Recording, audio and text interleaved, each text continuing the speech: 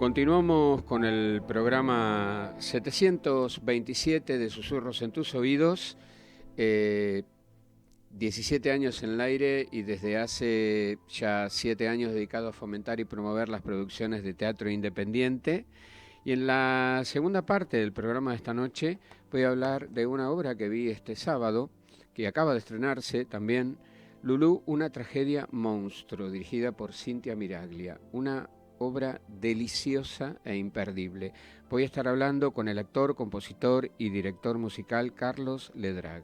Bienvenido, Carlos. ¿Qué tal? ¿Cómo estás? Bien, muy bien. Gracias por la comunicación. Eh, Estaba diciendo que a mí me encantó Lulu, me encantó la apuesta expresionista que tiene, los increíbles personajes. Contame un poco cómo llega a vos este proyecto. A mí me llegó como propuesta de Cintia Miraglia, que, bueno, venimos trabajando hace algunos años en varios espectáculos, y bueno, vino directamente con la propuesta de que componga la música, que haga la dirección musical y que interprete a tres personajes. Son tres personajes muy pequeños, eh, y que por eso justamente se pudo combinar con todo lo otro. Ujú, ujú. Y yo desconocía la historia, sé que es una obra clásica fundamentalmente en Alemania, pero ha tenido versiones en todas partes del mundo, y que incluso aquí también se ha hecho alguna cosa, pero muy poco. Entonces me parecía súper atractivo, y sobre todo traer un espectáculo de esta temática en estos tiempos, Claro. porque más allá de lo antiguo, tal vez del texto inicial, me parece que la temática de fondo aún subyace en la sociedad y todavía hay mucho para decir al respecto. Ujú. Entonces me pareció por demás interesante, además que, bueno, de trabajar con Cintia, que me encanta hacerlo, y lo que proponía ella estéticamente y musicalmente, estaba buscando, me resultó por demás atractivo. Sí, sí, desde ya este retrato de la mujer libre, de la mujer que se expresa y se mueve con total libertad, eh, que siempre ha generado controversias, ¿no? ¿No es así? Y que de hecho cuando se hizo la versión cinematográfica, la muda de Lulu, fue un gran escándalo que incluso fue censurada en Inglaterra, en Estados Unidos, porque es este modelo de mujer, la vampiresa o la seductora, no estaba en ese momento muy bien visto y por ahí ahora se ha reconciliado un poco esta imagen porque le otorga a la mujer el rol de ser deseante y no ser solamente objeto de deseo de otro, ¿no? Sí, en este espectáculo o en esta obra, también es víctima. Claro. No queda claro, tal vez, y queda por ahí a elección del espectador, o a lo que pueda reflexionar cada espectador. Pero, pero sí, es algo complejo que igual sigue incomodando. Por eso decía antes que me parece un buen momento para hacer este espectáculo, porque más allá del avance en la sociedad del nuevo feminismo, por nombrar una de las tantas corrientes que están detrás de algunos derechos sociales, o del respeto entre las personas, tal Ujú, vez, ujú. si queremos sintetizarlo aún más brevemente.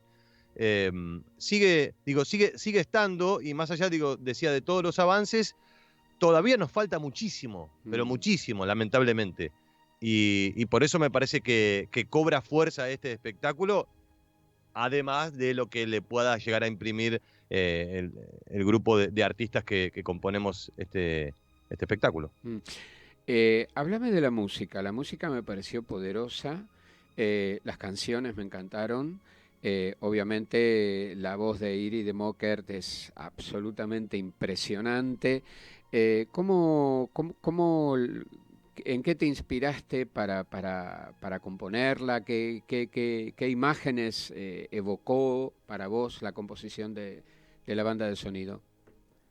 Y había un trasfondo circense que plantea la obra desde el prólogo, y, y que, bueno, que también la estética visual que estaba buscando Cintia iba en consonancia con eso. Pero además, como también esto de Tragedia Monstruo me empezó a traer otro tipo de imágenes y además herramientas que a mí me gustan utilizar, que tengo a mano, ¿por qué no?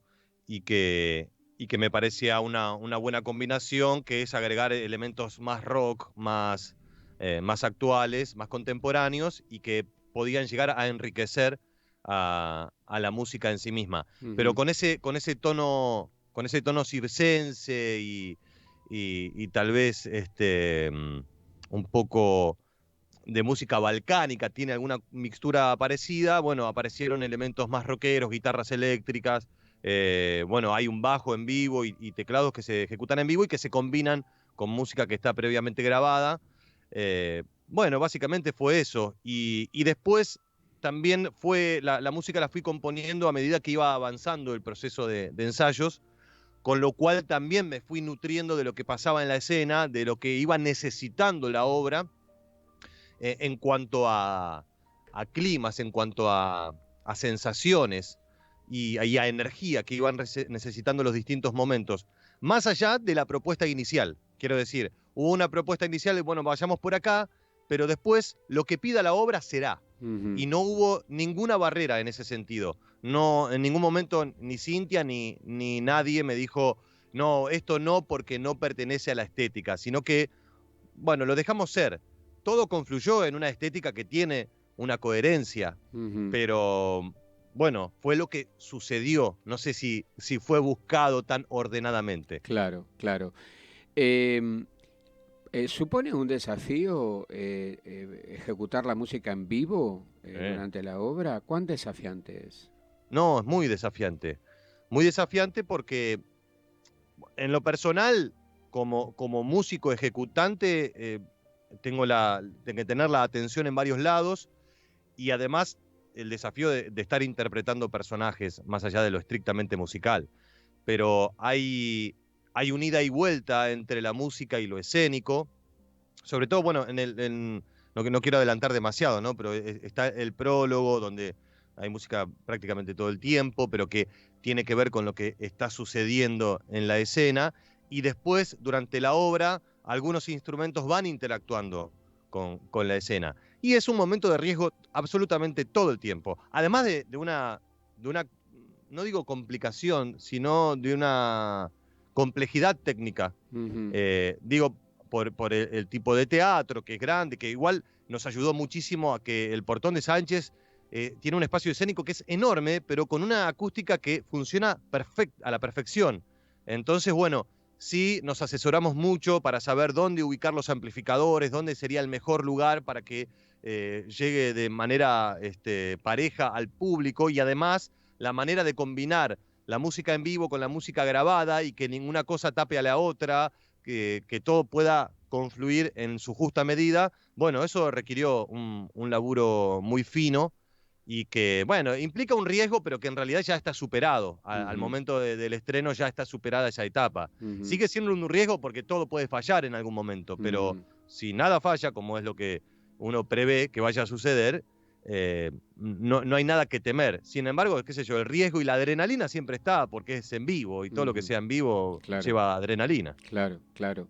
¿Y vos has estado con Cintia en otros proyectos que incluían música?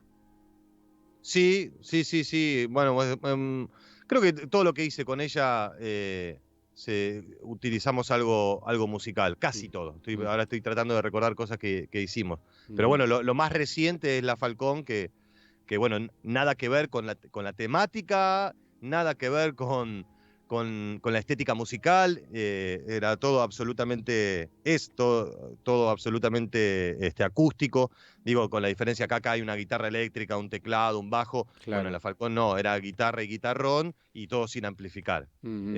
y tango, ¿no? Mm. Nada que ver con esto. Claro. Pero bueno, siempre está ahí, qué sé yo, la música en el teatro siempre es bien recibida.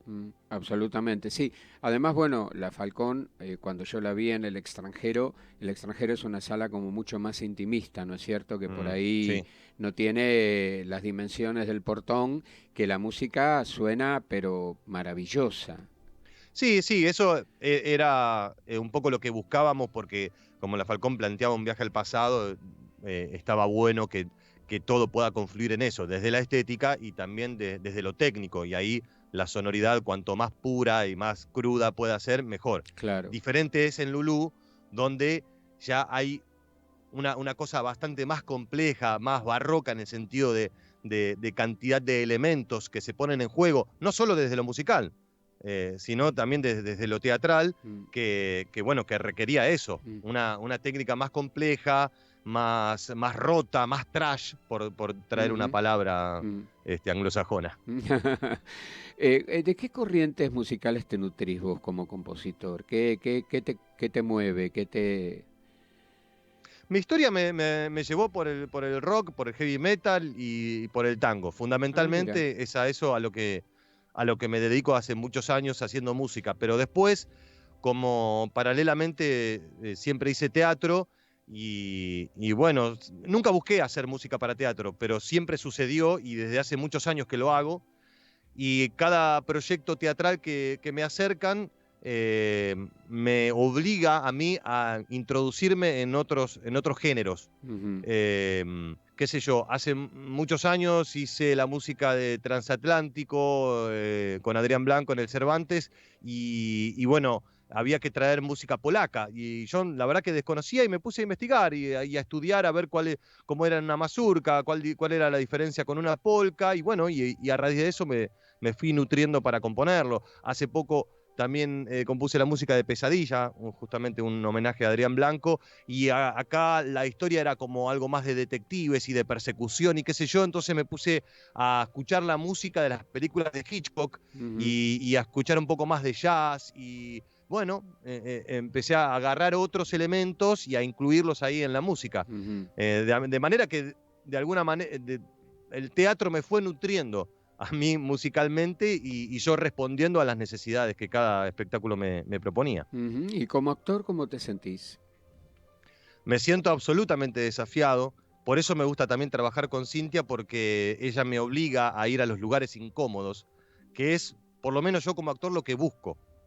Ujú, Quedarme en el lugar que me queda cómodo es bárbaro, se disfruta, pero no me genera un desafío y me aburre. ujú, Y en ujú, este caso, bueno, el hecho ya de componer tres personajes que son y deben ser absolutamente diferentes, bueno, me propuso un desafío maravilloso para mí, que aparte lo tengo que sintetizar en esas breves escenas que tengo, ujú, pero que para mí lo son todo. En ese momento, lo más importante del mundo son mis personajes, ujú. o por lo menos yo lo asumo de esa manera y creo que de eso se trata también, ¿no? Claro, claro. También me pareció, digamos, muy interesante toda la composición escenográfica, ¿no? Cómo con un par de paneles se logran transformarlos en una mesa larga sobre el final, en unas sillas, digamos, bien altas, ¿no? Con un estilo casi principesco. O sea, hay espejos, hay una movilidad de estos paneles que interactúan mucho con los movimientos que ustedes tienen en escena. Sí, la escenografía es de Víctor Salvatore y realmente se lució porque es algo absolutamente bello. Y de Ujú, eso lo ven y lo van a comprobar. Pero tal vez algo que el público no pueda llegar a percibir del todo es lo maleable que son esos paneles y la ductilidad que tienen, eso sí se puede percibir desde el público. ujú. Pero digo, así como se ve que sencillamente se transforman en otra cosa, también para nosotros es sencillo el movimiento. Claro. Más allá de que, bueno, obviamente que tenemos que estar atentos, hacerlo en un tiempo determinado y con determinada fluidez, bueno, el hecho de que el panel me lo permita ya es un montón. Tenés el 90% de la dificultad superada. Ujú. Hasta ahora llevan dos funciones, ¿no es así? Ujú. Sí, sí. ¿Cuál ha sido la reacción del público? Y bueno, un poco parecida a la tuya, en ese sentido que eh, ven un espectáculo que impacta por lo visual, por lo musical, por todas las coreografías también de Valeria Narváez y el vestuario de Paula Molina, y, y que también se queda pensando, obviamente, por la historia que cuenta. La Mm, historia que cuenta que que como decíamos al principio, todavía tienen mucho para traer en estos tiempos y todavía tienen mucho para reflexionar. Y creo que eso es también un poco la tarea del teatro, ¿no? Hacer, bueno, sí, es entretener, reír, ponele, pero fundamentalmente pensar. Claro, claro. Bueno, tal vez esta pregunta se la debería hacer a Cintia, pero la convocatoria de Iride con esa voz maravillosa, ¿sabés cómo surgió? ¿Hubo otras o directamente Cintia la eligió a Iride? No, fue directo. De Fue hecho, yo directo. cuando leí la obra, lo primero que pensé fue en ella y yo no le dije nada. Y Cintia me lo dijo cuando hablamos por teléfono, me dijo, tengo ganas de llamarla a Iride. Y yo le dije, sí, fue la persona que pensé, ni bien leí las 3 primeras líneas. Ujú, ujú, Em, pero porque a mí me parece de las mejores actrices que he visto en mi vida y que puede dar muchísimo. Y más allá de su voz bella, lo que transmite ella, ujú, ujú, cantando, hablando, moviéndose, respirando, ujú, es un montón. ujú, Y creo que es la actriz ideal para este personaje que requiere y demanda muchísimo. ujú, Muchísimo porque está todo el tiempo ahí, porque es la protagonista y por todo lo que tiene que expresar y poner en el cuerpo de una mujer que, que bueno, todo lo que dijimos antes, pero que además es símbolo de ujú. todas las mujeres de alguna manera, ¿no? Claro, Si claro. bien se pone, hay un personaje y que es de determinada manera, que tiene una determinada historia y que le pasan determinadas cosas, de alguna manera simboliza a la mujer en general en la historia de la humanidad, podría Ujú, decirse. ujú. Sí, por eso también el hecho de que tenga esos tres, de acuerdo a cada hombre, tiene un nombre distinto, ¿no? Para Mm, uno es Eva, para la otra es Miñón. Digamos, esta la hace como arquetipo de una sumatoria de mujeres con distintas características, ¿no? Y cada uno la ve desde ese lugar. Eso también me pareció algo interesantísimo. No sé si está en el libro original. sí, sí, sí, eso creo que ya está desde el libro original y es un poco un Ujú, símbolo de la manipulación y de que, bueno, tal vez la utilización de la mujer como objeto y que yo le pongo el nombre que quiera. claro, claro, exactamente, lo cual suena terrible, ¿no? Porque Pero lo es. es terrible, sí, sí, sí, sí, es Lo es. terrible. Por eso decía esto de qué importante que si bien ella parece casi esclava, ¿no? O que se casa con el pintor. Bueno, no quiero contar, no Claro, claro. quiero, pero en última instancia lo que subyace a todo eso es esta mujer que es fiel a su deseo y que no tiene prurito en hablar sobre su deseo sexual, ¿no? Que es algo que durante tantos años ha estado silenciado porque parecía que los únicos que podían hablar sobre lo sexual, expresarse sexualmente y desear eran los hombres y las mujeres eran objetos a ser tomados y gozados, ¿no? Y ahora, bueno, esto creo que ha cambiado. Bueno, antes las publicidades estaban dirigidas solamente al público masculino. Siempre Sí, sí. tenían a una mujer semi vestida o provocativa para vender aunque sea ballenitas, ¿no? Terrible, terrible. Pero bueno, yo creo que obras como estas nos llevan a ese tipo de reflexiones.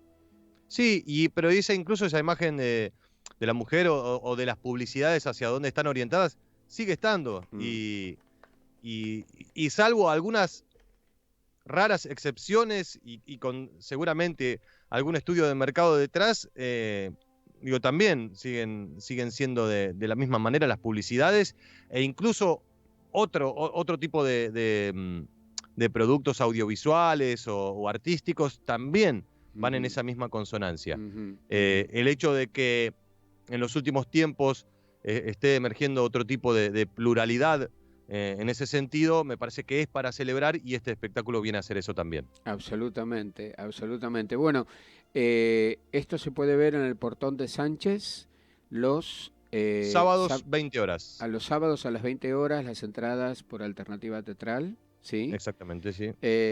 Y bueno, agradecerte, Carlos Ledrac, por este tiempo y felicitarte a vos y a todo el equipo y obviamente muy especialmente a Cintia Miraglia, a quien vengo siguiendo desde hace ya bastante tiempo, porque le dije el otro día, una directora que no deja de sorprenderme y los caminos que transita y las temáticas que aborda, ¿no? Así que bueno, yo les deseo todo lo mejor con Lulú, una tragedia monstruo y a seguir, a seguir tocando y a seguir disfrutando. Bueno, gracias a vos por la entrevista y gracias por estar también siempre difundiendo la actividad del Teatro Independiente que, bueno, tanto lo necesitamos. Bueno, gracias, gracias, Carlos. Buenas noches. Adiós, buenas noches. Adiós. Bueno, gente, nos vamos despidiendo. Hasta la próxima semana, el próximo martes, como siempre, a las 20 horas. Los espero aquí en Susurros en tus oídos. Pueden ver este programa y otros anteriores, muy anteriores, de años y años atrás, en mi canal de YouTube, Formayano. Además hay algunas otras cositas, reportajes que me han hecho, de todo como en botica, como me gusta decir. Que tengan una buena semana. Chao.